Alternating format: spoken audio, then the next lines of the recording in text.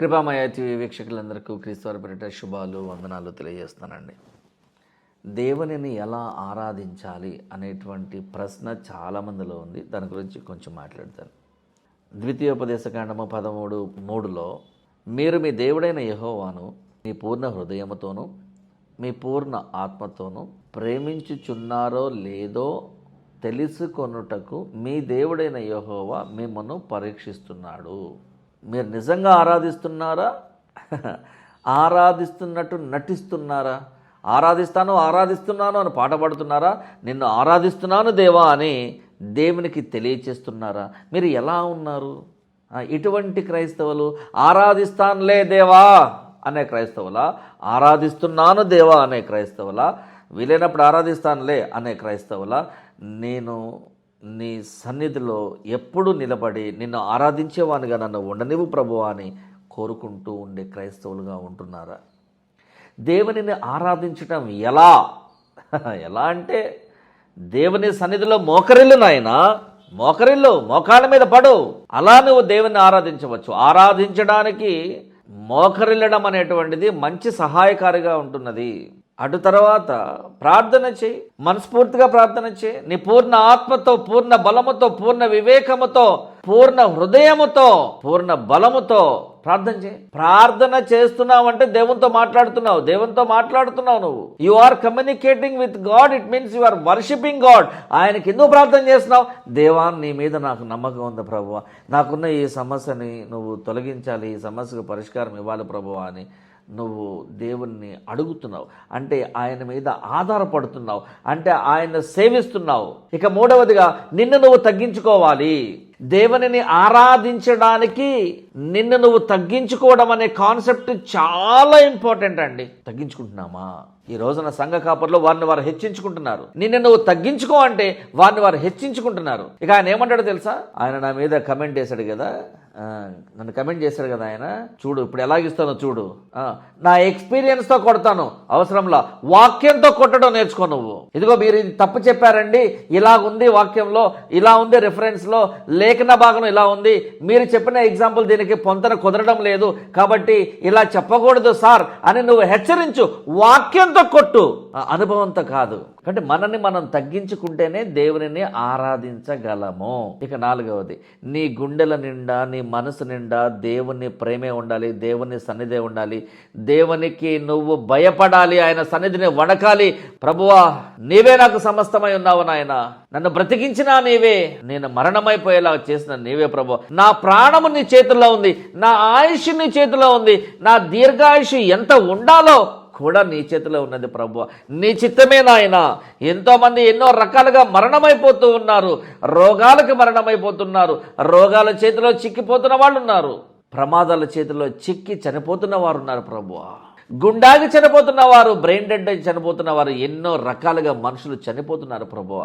మరి ఇన్ని రకాల ప్రమాదాల మధ్యలో నేను ఉంటూ ఉండగా ప్రతి ప్రమాదము నుండి నన్ను కాచి కాపాడి నీ రెక్కల కింద కాపాడి, కోడి తన పిల్లల్ని రెక్కల కింద కాపాడుకున్నట్టుగా నీ వారిగా బ్రతుకుతున్న వారిని నీ రెక్కల కింద కాపాడి ఇంకా నన్ను బ్రతకనించిన విషయాన్ని బట్టి వందనాలు ప్రభువా. నా ప్రతిరోజు ప్రతి క్షణము నీ కొరకే పని చేయాలి ప్రభువా. నీవు తప్ప నాకు ఇంకెవరూ లేరు. నా జీవిత కాలం అంతా కూడా నీ సన్నిధిలో గడిపి, నీ ఆవరణంలో ఉండి, నీ ఆజ్ఞలను గైకొని, నీ మాటను నీకు నచ్చే విధంగా, నువ్వు మెచ్చే విధంగా నేను ప్రకటించేటువంటి ఒక సువార్తికుని వలె సువార్తికుని పని చేయాలని, మొహమాటం లేకుండా హెచ్చరిక ద్వారా హెచ్చరిక సువార్తను ప్రకటించాలని నేను పూనుకుని ఉన్నాను ప్రభువా. నీవే నాకు సమస్తమై ఉన్నావు ప్రభువా. ఇక ఐదవదిగా, నీ మనసు నిండా దేవుని యొక్క స్వభావ లక్షణాలు ఉండాలి. నీ ప్రవర్తన అంతట్లో కూడా దేవుని యొక్క గుణగణాలు నీలో ఉన్నట్టుగా, నీ ప్రవర్తనలో ఉన్నట్టుగా జనాలకి కనపడాలి, మనుషులకి కనపడాలి. ఇబ్బా, ఇతనండి ఫలానా వ్యక్తి అండి, జేమ్స్ అని మంచి వ్యక్తి సార్, క్రిస్టియన్ సార్, చాలా మంచోడు సార్, ఎంత మంచోడు అంటే సార్ ప్రపంచంలో ఎంతకంటే మంచోడు కూడా ఉంటాడు సార్, అంత నీతిమంతుడు, నిజాయితీపరుడు, ప్రేమిస్తాడు, సహిస్తాడు, భరిస్తాడు, వీలైనంత మందికి చేతనైనంత సహాయం చేస్తాడు. నిజంగా దేవుని లక్షణాలను కలిగి దేవునిని పోలి నడుచుకునేటువంటి వ్యక్తి సార్ ఈ జేమ్స్ అనే వ్యక్తి అని ఆ వ్యక్తి గురించి ఒక టెస్టిమనీ అన్నిలు చెప్పగలగాలి. ఈ విక్టర్ అని సార్ చాలా మంచోడు సార్, ఈమె రూత్ అని చాలా మంచిది సార్ ఈమె పేరు బత్షెబ అని, చాలా మంచిది సార్ చెప్పగలగాలి. అన్యులు నీ గురించి సాక్ష్యం చెప్పగలగాలి. మరి ఆ టెస్ట్ మనీ మనకుందా? మన ఇంట్లో వాళ్ళే సాక్ష్యం చెప్పట్ల, బయట అన్యుల సంగతి తర్వాత మన సంఘంలో మన సాక్ష్యం చెప్పట్ల మన గురించి. అటు తర్వాత దేవునిని ఆరాధించాలనుకున్నప్పుడు, దేవా ఘనత మహిమ ప్రభావం అధికారం ఆధిపత్యము మొత్తము నీకే చెల్లే విధంగా నా బ్రతుకు, నా మాట, నా ప్రవర్తన ఉండాలి ప్రభువా అని ఒప్పుకోవాలి. దేవునిని ఆరాధించేవారు, దేవునిని స్తుతించేవారుగా, గాన ప్రతిగానములతో ఆయనకు కీర్తనలు పాడేవారుగా ఉండాలి. నీకు వచ్చినటువంటి ఆ పాటే పాడు, ఆ గాత్రం ఎలా ఉన్నా పర్వాలేదు, ఆ గాత్ర స్వరం ఎలా ఉన్నా పర్వాలేదు. ప్రతి విషయంలో కృతజ్ఞతాస్తుతులు చెల్లించేవారే దేవునిని ఆరాధించగలరు. గుర్తుపెట్టుకోండి. అసమయమందును, సమయమందును, కష్టాలందును, నష్టాలందును, మంచి అందును, మంచి కాని దాని అందును, ఏ విషయంలోనైనా సరే ప్రతి విషయంలో మీరు దేవునికి కృతజ్ఞతాస్తుతులు చెల్లించి తీరాలి. అది దేవునిని ఆరాధించడానికి ఒక గుర్తు.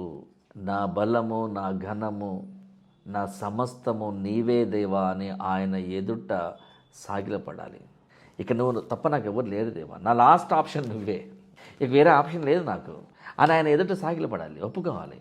దేవునిని ఆరాధించడానికి మన హృదయం మొత్తం దేవుడే ఉండాలి, మన మనసంతా ఆయన స్వభావంతో నిండి ఉండాలి. ప్రేమ స్వరూపిణి నువ్వు దేవునిగా ఆరాధిస్తున్నప్పుడు ఆ ప్రేమ నీలో విపరీతంగా పొంగి పొర్లిపోతూ ఉండాలా. స్వార్థం ఉంటే నువ్వు ప్రేమించేవాడివి కాదు. ఎందుకంటే ప్రేమలో స్వార్థం ఉండదు, ప్రేమలో అసూయ ఉండదు, ప్రేమలో ద్వేషం ఉండదు, ప్రేమలో పగ ఉండదు, ప్రేమలో ప్రతీకారం ఉండదు, ప్రేమలో కోపం ఉండదు, ప్రేమలో అసహించుకోవటం అనేటువంటిది, దూషించడం అనేటువంటిది ఉండదు, ప్రేమ బూతులు మాట్లాడదు, ప్రేమ నువ్వింత నువ్వంతా అని తేడాలు చూపించదు, తారతమ్య భేదాలు చూపించదు, అందరూ సమానంగా చూస్తుంది.